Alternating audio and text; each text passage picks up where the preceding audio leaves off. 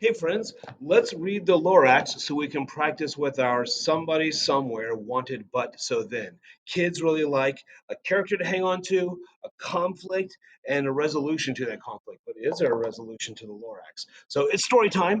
Find a comfy seat and let's read about the Lorax for somebody somewhere wanted but so then.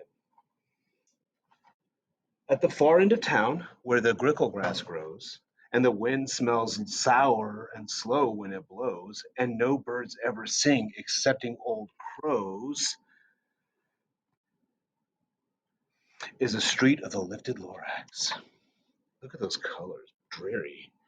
And deep in the grickle grass, some people say, if you look deep enough, you can still see today where the Lorax once stood just as long as it could before somebody lifted the Lorax away. How did the Lorax get lifted away? What was the Lorax and why was he there and why was he lifted and taken somewhere? From the far end of town where the grickle grass grows, the Onceler still lives there. Ask him, he knows. You won't see the Onceler. Don't knock at his door. He stays in his lurkum at the top of the store. Good word, lurkum. Nonsense word, but it's good. And on special dank midnights in August, he peeks out of the shutters, and somewhere he speaks and tells of how the Lorax was lifted away. He'll tell you, perhaps, if you're willing to pay. On the end of the rope, he lets down a tin pail, and you have to toss in 15 cents and a nail and the shell of a great great grandfather's snail. Then he pulls at the pail, makes a most careful count to see if you paid in the proper amount. Then he grunts, I will call you by whisper-ma-phone, for the secrets I tell are for your ears alone. Look at these, look at the colors. Down slup. Ooh, what a good word. Slup. Down slups the whisper-ma-phone to your ear. And the Onceler's whispers are not very clear, since they have to come down through a snurgly hose. And he sounds as if he has smallish bees up his nose. Show, not tell. Really, he doesn't say his voice is weird. He says it sounds like he has bees up his nose. Now I'll tell you, he says, with the teeth sounding gray, how the Lorax got lifted and taken away. It all started way back, such a long time back. Watch the color change. Oh, oh. Way back in the days when the grass was still green and the pond was still wet and the clouds were still clean, and the song of the swami swans rang out in space. One morning I came to this glorious place, and I first saw the trees, the truffula trees, the bright colored tufts of the truffula trees, mile after mile in the fresh morning breeze. And under the trees I saw barbaloots frisking around in their barbaloot suits, and they played in the shade and ate truffula fruits. From the rippleless pond to the comfortable sound of the humming fish humming while splashing around. It's a great place.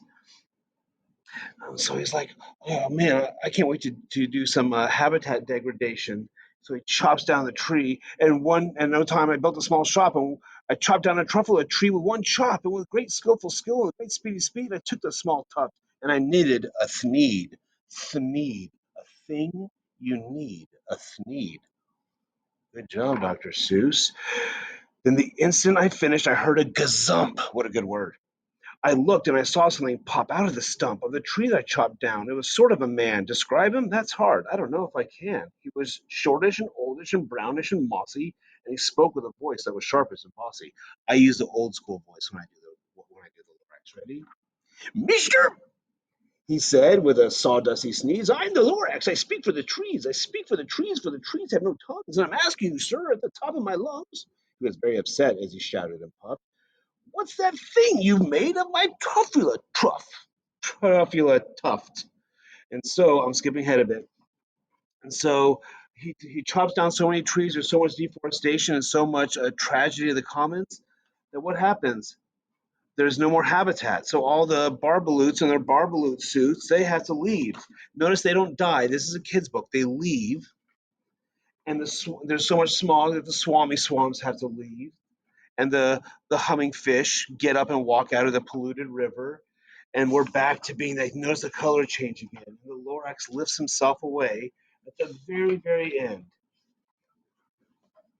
He says, but now, says the Onceler, now that you're here, the word of the Lorax is perfectly clear. Unless someone like you cares an awful lot, nothing's going to get better. It's not.